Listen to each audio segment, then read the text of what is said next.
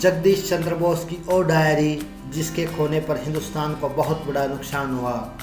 जी हाँ, आज cover story में चर्चा करेंगे इसी विषय पर। मैं हूँ आपका दोस्त धनराजा लात। बचपन से हम पढ़ते आए हैं कि पौधे संजीव होते हैं या निर्जीव।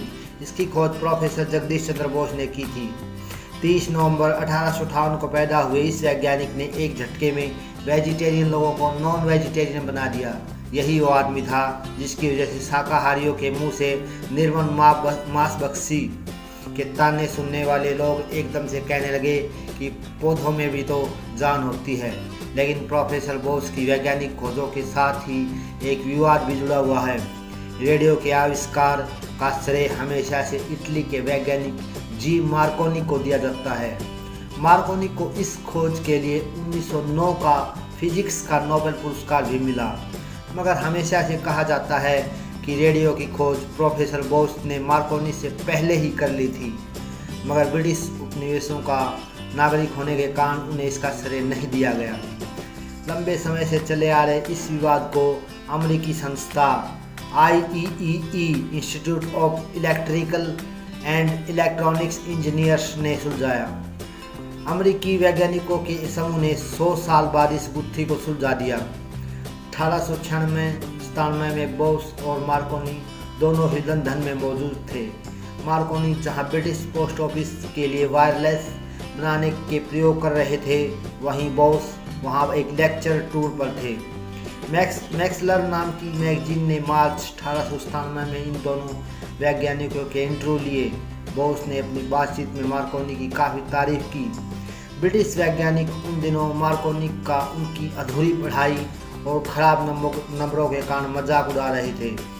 बोस ने यह भी कहा कि वे कमर्शियल टेलीग्राफी में इंटरेस्टेड नहीं हैं। 1899 में बोस ने अपने वायरलेस आविष्कार McQuarrie कोहेनन with the telephone detector की तकनीक और काम करने के तरीके पर एक पेपर रॉयल सोसाइटी में पब्लिश करवाया।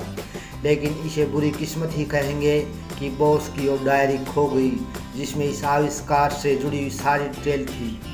दूसरी ओर मार्कोनी ने बोस के आविष्कार के व्यावसायिक फ़ायदों को समझ लिया और अपने बचपन के दोस्त लुइजी सोलारी के साथ मिलकर एक बेहतर डिज़ाइन बनाई।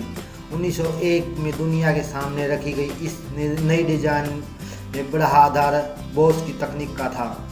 मार्कोनी ने ब्रिटेन में इस खोज को पेटेंट करवाया, नोबेल पुरस्कार जीता, मगर कभी भी बोस को श्रेय नहीं दिया इसका। रॉयल सोसाइटी के पास भी बोस के आविष्कार की जानकारी थी, मगर आंतरिक राजनीति के चलते कोई भी एक भारतीय प्रोफेसर के हक में खड़ा नहीं हुआ। इसी के साथ हिंदुस्तान की वैज्ञानिक विरासत में एक बड़ी उपलब्धि आते आते रह गई। भारतीय वैज्ञानिक प्रोफेसर जगदीश चंद्र बोस बहुमुखी प्रतिभा के धनी थे, जिन्होंने रेडियो और माइक्रोवेव ऑप्टिकल के आविष्कार तथा पेड़ पौधों से में जीवन सिद्धांत के प्रतिपादन में महत्वपूर्ण भूमिका निभाई। उनकी प्रतिभा का अंदाजा इसी बात से लगाया जा सकता है कि भौतिक वैज्ञानिक होने के साथ साथ वो एक जीव वैज्ञानिक, वनस्पति वैज्ञानिक और पुरातत्वविद और लेखक भी थे। जगदीश चंद्र बोस ऐसे समय पर कार्य कर रहे थे जब देश में विज्ञान शोध कार्य लगभग नहीं के बराबर थे। ऐसी परिस्थितियों में बहुमुखी प्रतिभा के धनी बोस ने विज्ञान के क्षेत्र में मौलिक योगदान दिया। रेडियो विज्ञान के क्षेत्र में उनके अद्वितीय योगदान और शोध कार्यों को देखते हुए institute of electrical and electronics engineer IIEEE ने इन्हें रेडियो वैज्ञानिक में के महान जनकों में से एक माना। हालांकि रेडियो के आविष्कार का श्रेय इतालवी आविष्कारक मार्कोनी को चला गया, परंतु बहुत से भौतिक शास्त्रियों का कहना है कि प्रोफेसर जगदीश चंद्र बोस ही रेडियो के असली आविष्कारक थे। जैसे बोस के अनुसंधानों और कार्यों का उपयोग आने वाले समय में ही किया गया है। आज का रेडियो, टेलीविज़न, भूतलीय संचार, remote sensing, radar, microwave oven और इंटरनेट जगदीश चंद्र बोस के कृतज्ञ हैं। जन्म 30 नवंबर 1858 को विक्रमपुर में हुआ, जो अब ढाका बांग्लादेश का हिस्सा है। जगदीश चंद्र बोस के पिता श्री भगवान सिंह बसु डिप्टी कलेक्टर थे। उस दौर में अफसर होने लोग अपने बच्चों को अंग्रेजी स्कूल में पढ़ाकर अफसर बनाना चाहते थे, परंतु पिता श्री भगवान सिंह बसु अपने बेटे को अफसर नहीं बल्कि एक सच्चा देश का सेवक बनाना चाहते थे। इसलिए जगदीश चंद्र बोस को पास के ही स्कूल में दाखिला दिला दिया गया और वहाँ अधिकतर किसानों और मछुआरों के बच्चे पढ़ते थे। वे भी पढ़ाई करते थे, साथ साथ खेती और दूसरे कामों में अपने घर वालों का हाथ भी बटाते थे।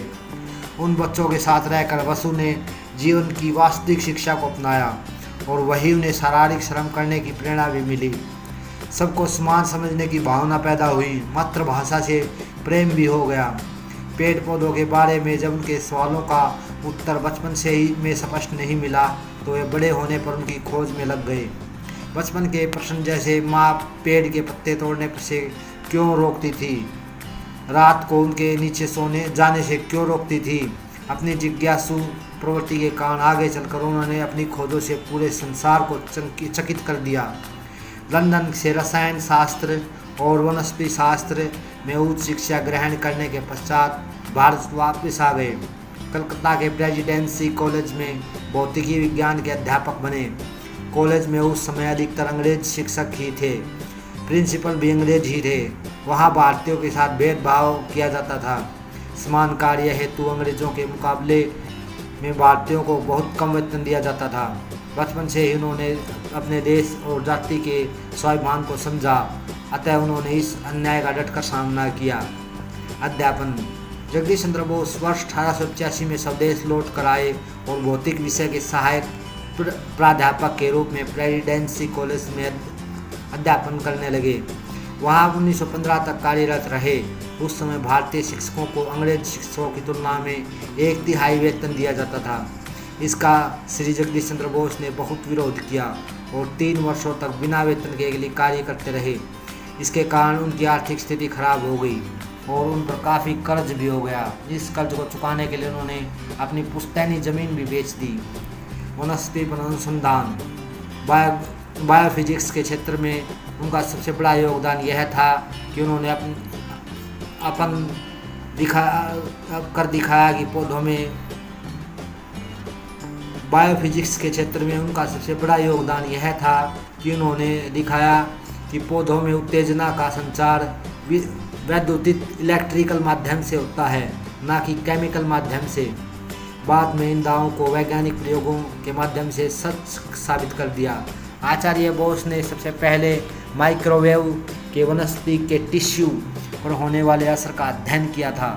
उन्होंने पौधों पर बदलते हुए मौसम से होने वाले असर का अध्ययन किया था। इसके साथ साथ उन्होंने रासायनिक इनहिबिटर्स का पौधों पर असर और बदलते हुए तापमान से होने वाले पौधों पर असर का अध्ययन किया था।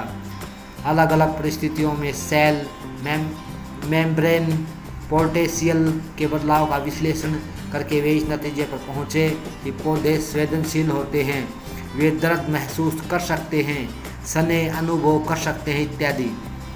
नाइट की उपाधि। 1917 में जगदीश चंद्र बोस को नाइट की उपाधि प्रदान की गई था। शीघ्र ही भौतिकी और तथा जीव विज्ञान के लिए रॉयल सोसाइटी लंदन के फेलो चुन लिए गए। बाद में बोस ने अपना पूरा शोध कार्य बिना किसी अच्छे उपकरण और प्रयोगशाला के किया।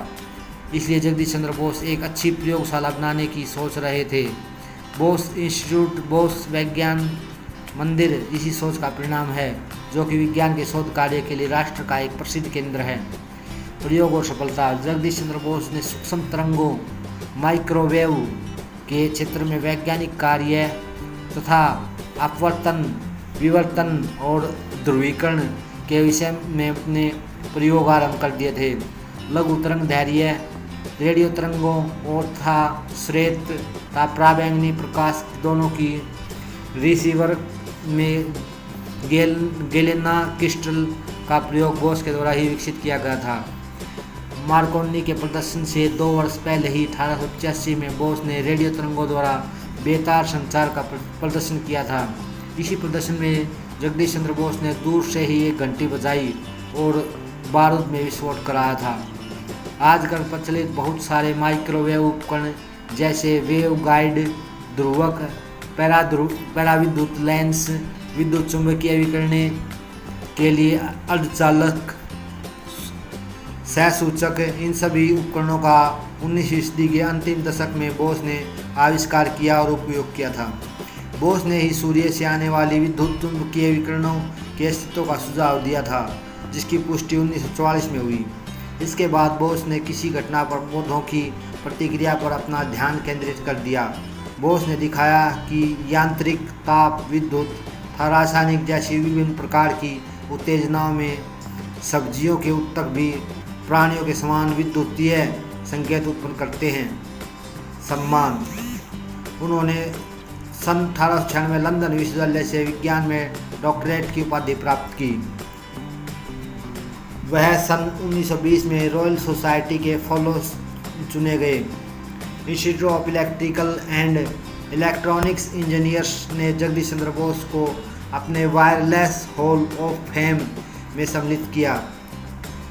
वर्ष 1903 में ब्रिटिश सरकार ने बोस को Companion of the Order of Indian Empire CIE से सम्मानित किया। वर्ष 1991 में उन्होंने Companion of the Order of the Star India CSI से विभूषित किया गया। वर्ष 1917 में ब्रिटिश सरकार ने उन्हें नाइट बैचलर की उपाधि दी।